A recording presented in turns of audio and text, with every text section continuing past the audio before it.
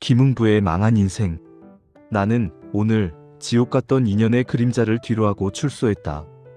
햇빛이 눈부셨지만 그 온기는 내 몸속 얼어붙은 피까지 닿지 못했다. 4년 전 채 피지도 못한 18세 미얀마 소녀에게 건넨 30만 원. 그것이 내 삶을 송두리째 삼켜버린 죄였다. 태미안과 나는 같은 동네에서 자란 친구였다. 우리는 둘 다 책을 사랑했고 도서실 한 귀퉁이에서 함께 꿈을 키웠다. 태미안은 초등학교 때부터 방학을 반납하며 영어에 매달렸고 고등학교 때는 전 과목을 파고들어 결국 서울대 법대를 거쳐 판사의 길을 걷게 되었다. 그의 인생은 곱고 단단한 대로 같았다. 나는 달랐다. 방학 내내 책 속에서 길을 헤맸다. 국어는 조금 했고 머리는 나쁘지 않아 수학도 곧잘 풀었다. 하지만 그뿐이었다. 지방 국립대 공대를 평범하게 졸업했고 고향 도시의 작은 중소기업에 사무직으로 들어갔다. 가끔 일자리를 찾지 못해 방황하는 동기들을 만나면 그들의 텅 빈 주머니에 내 용돈 몇십만 원을 쥐어주곤 했다.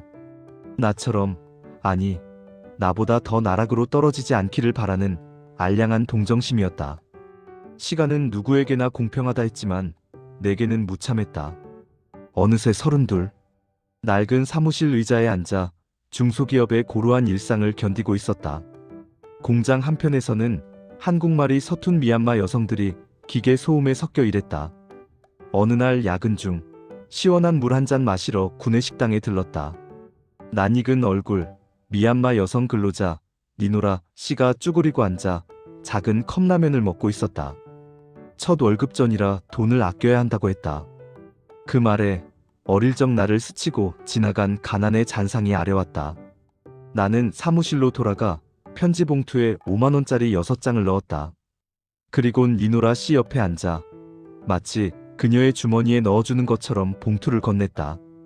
일도 힘든데 저녁은 든든하게 먹어야죠. 다음부터는 든든하게 밥 사드세요. 부담을 줄까? 나를 위한다는 마음으로 나는 월급도 많이 받고 돈도 많다고 덧붙였다. 그녀의 등짝을 가볍게 토닥이며 작게 미소 지었다. 니노라 씨는 겨우 만 18세. 나이 차이가 많이 나는 조카 같아서 그저 안쓰러운 마음뿐이었다. 그달 월급을 받고 니노라 씨는 다른 공장으로 발령받았다. 2년의 시간이 흘러 내 기억 속에서 희미해질 무렵 경찰서에서 연락이 왔다. 미성년자 강제추행 혐의로 조사를 받으러 오라는 통보였다. 그저 작은 오해려니 설마 싶어 경찰서를 찾았다. 여성 청소년과 경찰은 내가 니노라 씨의 등을 토닥였다는 말에 흥분하며 몰아세웠다. 그러니까 니노라 씨의 등을 토닥였다는 거죠? 네라는 대답에 그들은 내 혀끝에 칼날을 들이대는 듯했다. 그때 니노라 씨는 반팔을 입고 있었고 김흥부 씨는 왼쪽에 앉아 있었는데 김흥부 씨의 오른손을 뻗어 니노라 씨의 오른쪽 팔뚝 맨살을 잡았었죠? 나는 아니오라고 답했다. 경찰은 거짓말 탐지기 조사를 받겠냐고 물었다. 나는 당연하다는 듯 고개를 끄덕였다. 감출 것, 거짓말할 것 따위는 없었으니. 돈을 준 의도는 뭐예요?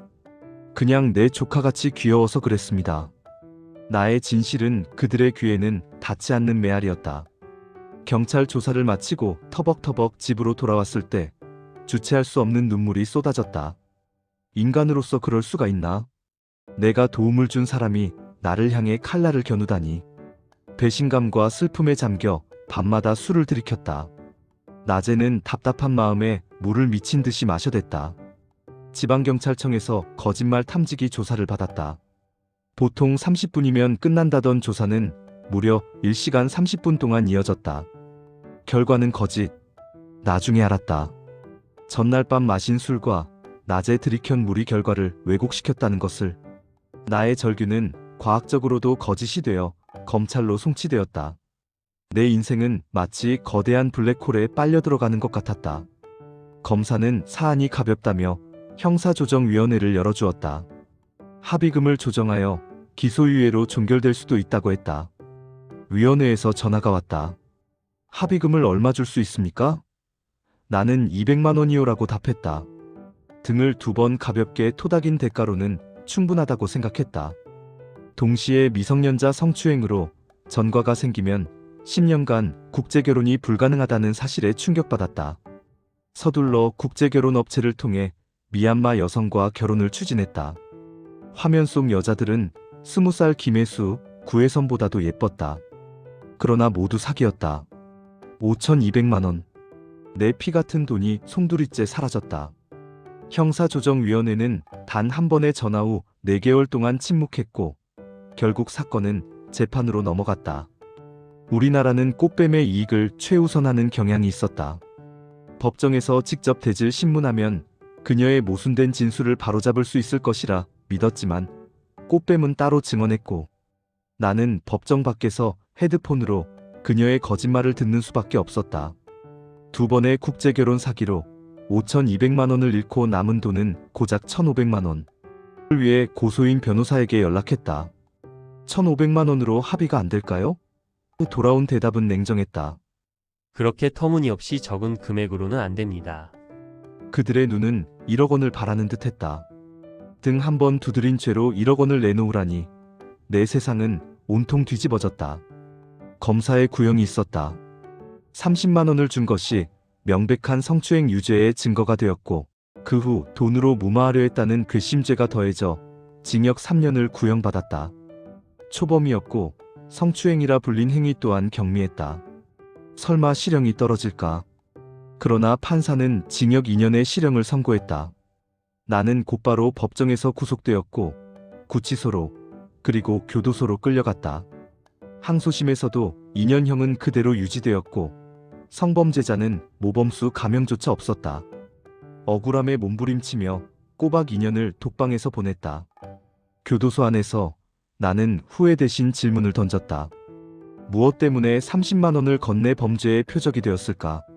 니노라가 실제 사실에 거짓을 조금 얹었을 뿐인데 나는 하지 않은 것을 하지 않았다고 말했을 뿐인데 검사와 판사는 이 자식은 반성을 안 하네라며 괘씸죄를 적용했을 것이다. 미성년의 기준이 나라마다 다른데 왜 유독 한국은 19세일까? 미성년이 가중처벌 대상이 될 수는 있어도 처벌의 강도 자체가 이렇게 극단적으로 달라지는 것은 납득할 수 없었다. 사회적 약자인 외국인이라고 가중처벌된 것일까? 그런데 그 외국인이 가난한 후진국 출신이고 거짓말할 가능성이 더 높다면? 그리고 2년이나 지난 시점에서 고소한 것은 당시에는 신고할 거리가 없다가 나중에 거짓을 덧붙일 용기가 생겨서가 아닐까? 나의 억울함은 차가운 교도소 벽에 부딪혀 산산조각 났다. 2년 후 만신창이가 된 채 출소했다. 10년간 국제결혼은 불가능하다. 이제 결혼은 지긋지긋했다.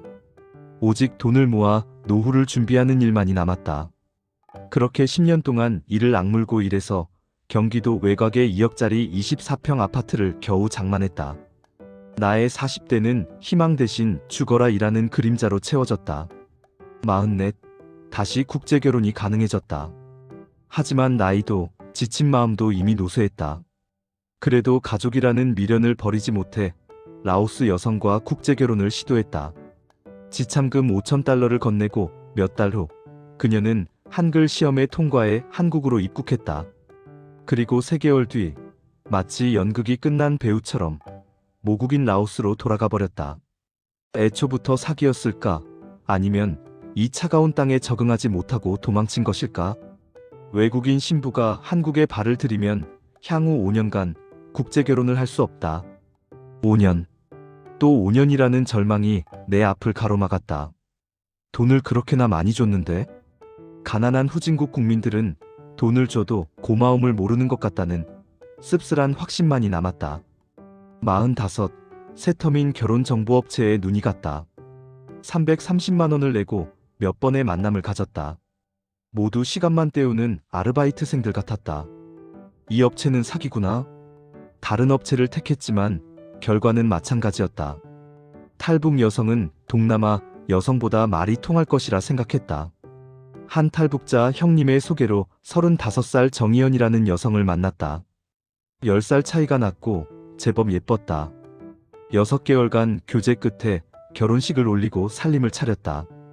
예쁜 얼굴은 순전히 화장빨이었고 실제 나이는 42살이었다. 그래도 좋았다. 그만큼 외로웠던 것일까? 결혼 후 얼마 안 돼 임신 소식이 들려왔다. 잠시나마 환희에 젖었다. 아이가 있어야 가정이 완성된다고 믿었다.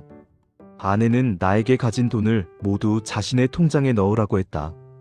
가정 경제를 단일화해야 돈이 모인다고. 나는 기꺼이 따랐다. 월급은 아내의 통장으로 바로 들어갔고 나는 한 달 30만 원의 용돈을 받았다. 아내는 자신을 북한에서 고등학교 수학 선생이었다고 소개했지만 간단한 숫자 계산조차 자주 틀렸다. 나만 수학 문제를 풀 수 있느냐고 묻자 용어가 달라서 풀 수 없다고 답했다. 거짓말이었다. 수학 용어는 남북이 동일하다. 나는 일본어로 된 고등학교 수학책을 한문으로 읽으며 공부했었기에 그 사실을 누구보다 잘 알고 있었다. 라오스 아내도 그랬고 세터민 아내도 마찬가지였다. 게다가 조그맣고 못생겼으면 마음대로 거짓말해도 된다는 이상하고 불합리한 말을 자주 내뱉었다. 아, 이런 전응아도 고등학교 수학 선생을 하고 안 굶어 죽고 살 수 있는 곳이 지상낙원 북한이구나라는 조소가 마음속을 스쳐갔다. 아내는 북한에 있는 자신의 어머니를 탈북시키려면 5천만 원이 필요하다고 했다. 내겐 그 돈을 마련할 길이 없으니 함께 모으자고 제안했다. 그러자 그녀는 임신한 아이를 인공유산했다. 그리고 돈을 벌겠다며 집을 나섰다. 2년쯤 지나자 밤늦게 들어오는 일이 잦아졌고 주말에는 다른 누군가를 만나는 듯했다. 그러던 어느 날 그녀는 내가 모은 모든 돈을 챙겨 감쪽같이 사라졌다. 소문에 의하면 다른 탈북자 남성과 새로운 살림을 차렸다고 했다. 내 삶에 또 하나의 거대한 구멍이 뚫렸다. 쉰을 바라보는 49이 되었다.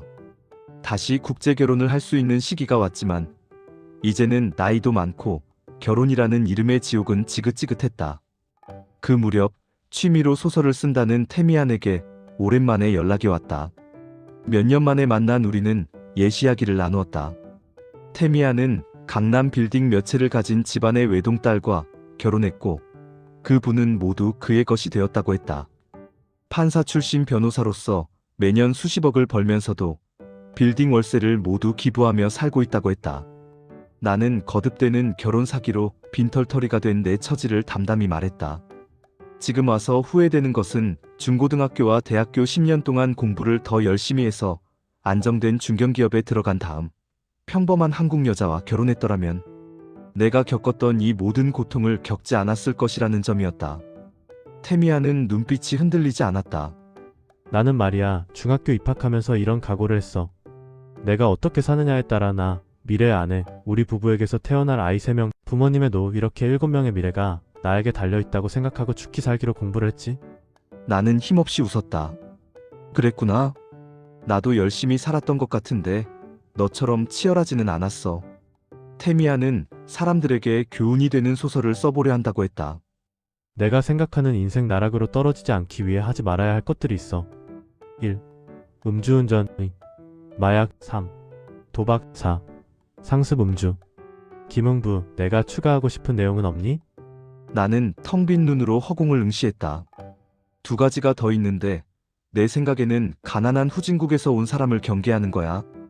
우리나라 땅에서 태어나지 않은 가난한 후진국의 외국인은 모두 경계하고 만나지 말아야 해.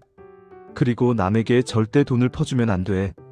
남에게 돈을 퍼주면 범죄의 표적이 되면서 위험해진다. 태미아는 고개를 끄덕였다. 알았어, 참고할게. 태미아는 인생을 나락으로 떨어뜨리는 행위에 대한 교훈적인 내용으로 소설을 썼고 그 작품은 베스트셀러가 되어 그를 온 국민이 아는 인물로 만들었다. 그 결과 그는 국회의원 공천을 받아 금배지를 달았다. 나는 그 후 잃어버린 인생의 조각들을 주워 담듯 그저 묵묵히 돈을 모으며 노후를 준비했다. 건강하게 살아가는 것, 그것만이 내게 남은 유일한 목표였다. 하지만 내 안의 깊은 균열은 영원히 봉합되지 않을 상처로 남아 삶의 모든 순간을 무채색으로 물들이고 있었다.